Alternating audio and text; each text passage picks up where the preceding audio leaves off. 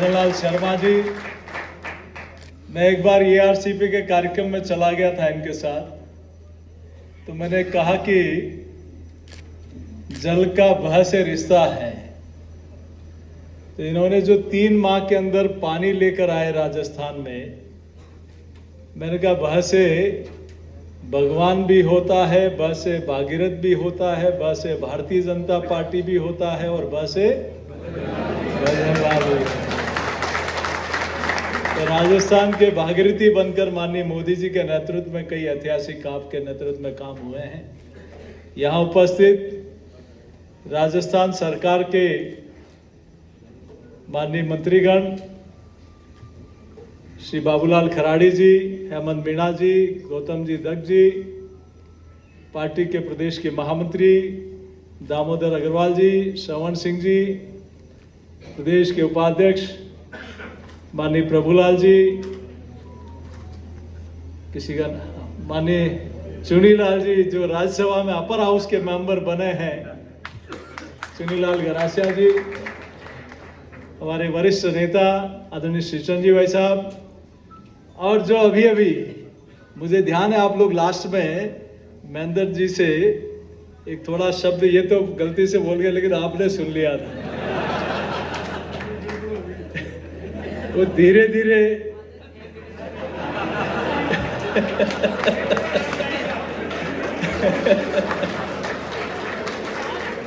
लेकिन ये तय है कि इनके ज्वाइन करने के बाद चूंकि मान जी ने और कनक जी ने मोदी जी के नेतृत्व के अनेक काम, नेतृत्व की सरकार में बहुत ऐतिहासिक काम कराए थे, लेकिन इनके और ज्वाइन करने के बाद ताकत दुगुना हुई और कांग्रेस अब ढूंढते रह जाओगे ऐसे हालात वहां हो गए।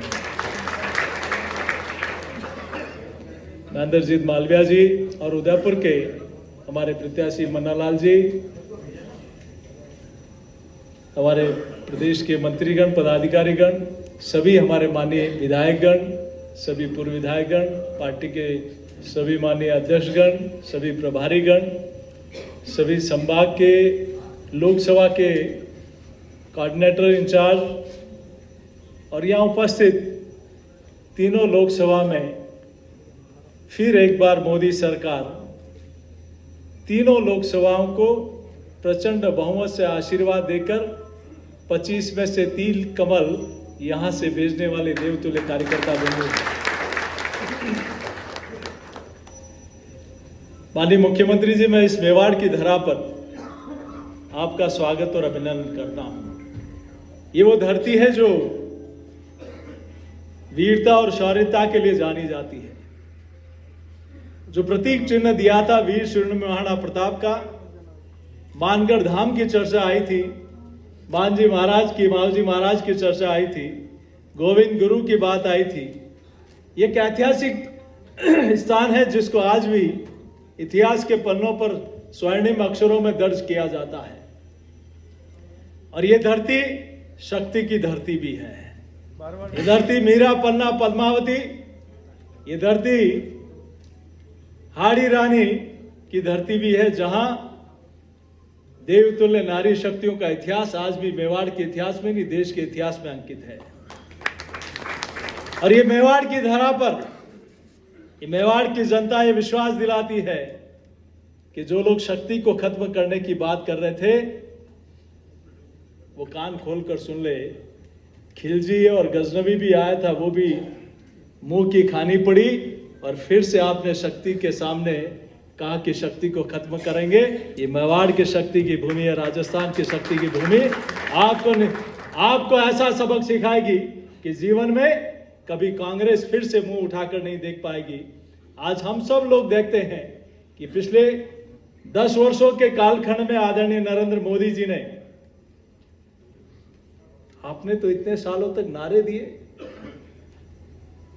लेकिन असल में नारी शक्ति के लिए इस देश की आबादी का 50% है, उनके कल्याण और उत्थान के लिए अगर किसी ने देश में काम किया तो इस व्यक्ति का नाम है नरेंद्र भाई मोदी। आज चाहे बांसवाड़ा में हो, उदयपुर में हो, चित्तौड़ में हो, यहां में से बैठी कई हमारी बहनें 33% आरक्षण लगने के बाद इनमें से भी कई बहनें हमारी 33% आरक्षण के बाद संसद में जा सकती है। क्या आपको 50 वर्षों तक, 60 वर्षों तक, 70 वर्षों तक याद नहीं आया कि 50% आबादी का हिस्सा बात करते रहे, लेकिन देश में पहली हमारी आत्मनिर्भर भारत का नई संसद बनने के बाद कोई पहला कानून आया, उसमें नारी शक्ति वंदन अधिनियम लाकर यह दर्शा दिया कि अब हमारी बहनें विधानसभा और लोकसभा में 33% आरक्षण के साथ इस देश और प्रगति की उन्नति और प्रगति में अपनी भूमिका निभाएगी।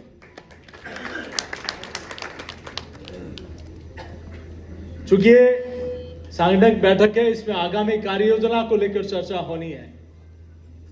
चूंकि आपका लोकसभा की प्रबंधन समिति बन गई, लोकसभा की हमारी कोर टीम बन गई, विधानसभा की प्रबंधन समिति कोर टीम बन गई, लोकसभा के कार्यालय खुल गए, लेकिन अब नामांकन से पहले और नामांकन के बाद, नामांकन से लेकर मतगणना और हमारी काउंटिंग तक, वोटिंग से लेकर काउंटिंग तक की भूमिका, हमारी रूट चार्ट, हमारा कार्यक्रम, हमारी कार्य योजना और उसका क्रियान्वयन और उसका फॉलोअप, ये तीनों चीजों की प्रोग्राम, इसकी प्लानिंग हम सब लोगों ने की होगी। हमारा एक पत्रक भी प्रदेश से हम लोगों ने आपके पास भेजा है। पिछले दिनों आपने लंबे समय से, इन 10 वर्षों के कालखंड में, मुझे जब अभी कहा गया कि लाभार्थी संपर्क करना है, तो मैंने कहा देश में कोई व्यक्ति ऐसा नहीं बचा है जो मोदी सरकार की लाभार्थी योजनाओं से वंचित है। और ये दावे के साथ भारतीय जनता में जन्म लेने वाली महिला देश की प्रथम महिला बन सकती थी क्या? ये निर्णय किया नरेंद्र मोदी जी के साथ। और ठीक कह रहे थे मन्नालाल जी, आजादी के इतने वर्षों तक ये ट्राइबल मिनिस्ट्री बनी, ये एसटी कमीशन बना, ये टीएसपी क्षेत्र बना, यहां इस क्षेत्र में मानगढ़ धाम में डेवलपमेंट के काम शुरू हुए, ये भारतीय जनता पार्टी के राज में हुए। इसीलिए हर व्यक्ति को विश्वास है। पहले भाजपा ने नारा लगाया, फिर एक बार मोदी सरकार, अब की बार 400 पार, लेकिन अब ये भाजपा के साथ भाजपा कार्यकर्ताओं का नारा नहीं रहेगा, ये देश की आम जन का नारा बन चुका है। ये नारा इसलिए बना कि लोगों ने अंतर देखा, एक तरफ मजबूत नेतृत्व है तो दूसरी तरफ एक ऐसा नेतृत्व जो आलू से सोना बनाता है, ऐसा नेतृत्व जो देश की गरिमा को समाप्त करता है, एक ऐसा नेतृत्व जो संकट के समय दुश्मन राष्ट्रों के साथ जाकर बैठता है, एक ऐसा नेतृत्व जिसको अपनी समझ नहीं है, लोग चार समझाते हैं कि राहुल गांधी तुम्हें ये बोलना है। और हमने तो साक्षात कनक जी बैठे हैं संसद में, 3-4 लोग आसपास बैठते थे, फिर वो सिखा कर लाते थे कि पप्पू बोलो, तुम बोलो, कुछ बोलो। तो अंतर स्पष्ट दिखाई देता है और इसीलिए देश की जनता विश्वास के साथ कह रही है अब की बात 400 पार। मेरा आपके चरणों में इतनी प्रार्थना है, काम की और विकास के बारे में कहीं तुलना कांग्रेस पार्टी और आपकी नहीं है। हमें सिर्फ हर घर पर जाना है, हमारी पन्ना प्रमुख तक आगामी दिनों में 3 बार हर घर पर हमारी पहुंच हो जाए। हमारी पेश प्रमुख की रचना है, उस पेश प्रमुख तक की रचना के साथ वो लोगों को आइडेंटिफाई करके, अभी कार्य समिति में प्रदेश में भी और केंद्र में यही हुआ कि अब हम बड़ी कार्यक्रम नहीं करेंगे, हम छोटे से छोटा बैठक करेंगे, हम छोटी बैठक करेंगे, कमरे में बैठक करेंगे, 15-20 लोगों के साथ बैठेंगे, हम पन्ना प्रमुख के साथ बैठेंगे, हम हर पेश समिति के साथ बैठेंगे, हम हर बूथ पर बैठेंगे। और पिछले 2 लोकसभा और पिछले 2 विधानसभा चुनाव में जहां जिन बूथों पर सबसे ज्यादा मतों से जीते, वहां 370 मत और बढ़ाएंगे। ये 370 मत क्यों? और मोदी जी ने कहा कि 370 सीटें लाएंगे भाजपा की और एनडीए की 400 सीटें लाएंगे। ये 370 का फिगर क्यों? कि आजादी के इतने वर्षों के बाद मां भारती के मुकुट पर तिरंगा फहरा रहा है, ये पहली बार। और डॉक्टर श्यामा प्रसाद मुखर्जी ने वो नारा दिया था, वो सच हो गया। और ये 370 सीटें डॉक्टर श्यामा प्रसाद मुखर्जी के चरणों में समर्पित करनी। मैं मुख्यमंत्री जी आपका धन्यवाद अर्पित करता हूं। आपने देवास योजना, बागोलिया डैम और 450 रुपए में सिलेंडर, किसान सम्मान निधि, पेंशन, जो और सबसे बड़ा तो काम मैं युवा, राजस्थान की युवा साथियों की ओर से करता हूं, जो खून के आंसू रोते थे, आज उनको न्याय आपके नेतृत्व में मिलता हुआ दिखाई देता है।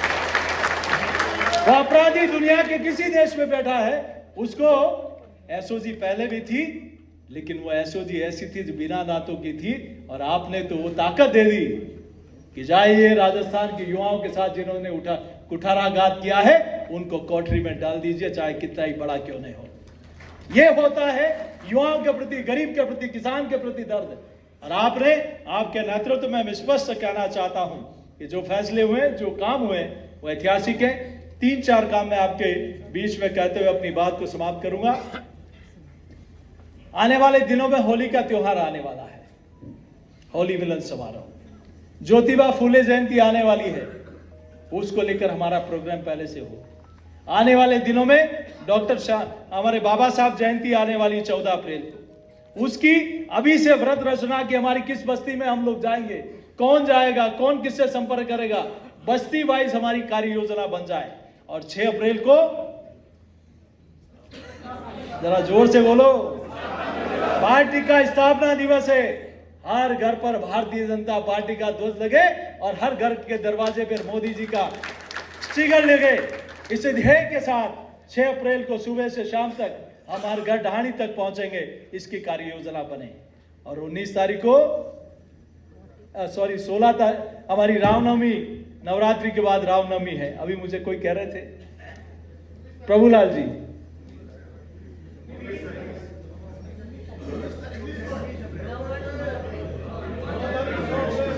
तो रामनवमी के दिन भी हमारी कार्य योजना, हमारे श्रद्धा के केंद्र, हमारे संत, उन सबसे संपर्क करके श्रद्धा केंद्रों पर और संतों के आशीर्वाद से वहां उस जगह कोई न कोई हमारी कार्य योजना बने। क्योंकि ठीक कह रहे थे महेंद्र जी, जब ये ज्वाइन किया तो इनके मन में पीड़ा थी कि 14 वर्षों के बाद प्रभु श्री राम जब अयोध्या लौट के आए तब पूरा देश दिवाली मना रहा है। अब 500 वर्षों के बाद अयोध्या जी में भव्य और दिव्य राम लला का मंदिर बना है। तो कुछ लोग, जहां पूरी दुनिया दिवाली मना रही है, वहां कुछ लोग कहते हैं कि हम इस न्योते को ठुकराते हैं, तो मैं इस पार्टी को ठुकराता हूं जो सनातन को ठुकराती है। इनके मन में पीड़ा थी, और ऐसे ही देश की जनता और प्रदेश की जनता के मन में ये बात है। तो आज उस दिन, रामनवमी के दिन, उन श्रद्धा केंद्रों पर हमारे प्रोग्राम हो। और हमारी जो मोर्चे के कार्यक्रम है, हमारे किसान मोर्चा, एससी मोर्चा, एसटी मोर्चा, ओबीसी मोर्चा, युवा मोर्चा, हमारे न्यू वोटर्स जितने भी 18 से 20-22 साल के युवा, 18 से 20 साल के जो वोटर्स हैं, जो फर्स्ट टाइम वोट करेंगे, मेरा पहला वोट राष्ट्र के नाम, मेरा पहला वोट मोदी जी के नाम, मेरा पहला वोट भाजपा के नाम, इस ध्येय को लेकर उन सब लोगों को हमें निमंत्रण देना है और भारतीय जनता पार्टी की को प्रचंड बहुमत से जिताने के लिए उनका साथ हम सब लोगों को लेना है। यही कहते हुए कि हम सब लोग आज से नामांकन से वोटिंग और वोटिंग से काउंटिंग तक की रचना, रूट चार्ट हमारा बन जाए। किस नेता की सभा करानी है, कहां करानी है, हमारी छोटी बैठकों का और हर घर तक प्रवास का कार्यक्रम बन जाए। यही मैं अपनी ओर से निवेदन करता हूं। और आदरणीय मुख्यमंत्री जी, आप यहाँ पिछले कल जब दिल्ली थे तो यही कह रहे थे कि मैं राजस्थान के प्रत्येक लोकसभा, प्रत्येक क्लस्टर और विधानसभा में जाऊंगा। जब एक कार्यकर्ता का भाव होता है, ये सभा नहीं, छोटी बैठक भी होगी, तो मैं मंडल अध्यक्ष से लेकर जिलाध्यक्ष और प्रदेश के महामंत्री से लेकर अनेक दायित्वों का निर्वहन जिन्होंने किया, आज प्रदेश के मुखिया के पद पर हैं, तो ऐसे में ये भाव स्पष्ट रूप से संगठन की बैठक में भी जाऊंगा, उनके बीच में बातचीत करूंगा, उनकी बात सुनूंगा और प्रदेश के कार्यक्रम और प्रदेश की योजनाओं में उनकी बात को प्रमुखता से रखूंगा। ये भाव लेकर आप यहाँ हैं, मैं स्वागत करता हूं। और एक बात और कहते हुए, हमारी संकल्प पत्र के एलईडी रथ हर लोकसभा में घूम रहे हैं, आ गए होंगे ना आपके यहाँ? उसमें सुझाव पेटिका है, उस सुझाव पेटिका में सुझाव डालकर एक मिस कॉल नंबर है 9090902024, उस पर मिस कॉल कराना है। लाभार्थी संपर्क का उसका मिस कॉल नंबर अलग है। इन कामों में भी, क्योंकि हम लोग आज भी, हमारे जो संचालक माननीय प्रमोद जी से आग्रह करूंगा कि जिन लोगों ने नहीं किया हो यहाँ करके जाएं और नमो ऐप पर हमारी एक्टिविटी को बढ़ाएं। और 5 रुपए, 50 रुपए, 100 रुपए, 200 रुपए, 500 रुपए, 1000 रुपए, 2000 रुपए एक माइक्रो डोनेशन अपने मोबाइल के माध्यम से मोदी जी को कहना कि हम आपको वोट ही नहीं देंगे, नोट भी देंगे, आप फिर से तीसरी बार प्रधानमंत्री बनेंगे। तो यही निवेदन करते हुए देता हूं मैं अपनी वाणी को विराम। जय श्री राम।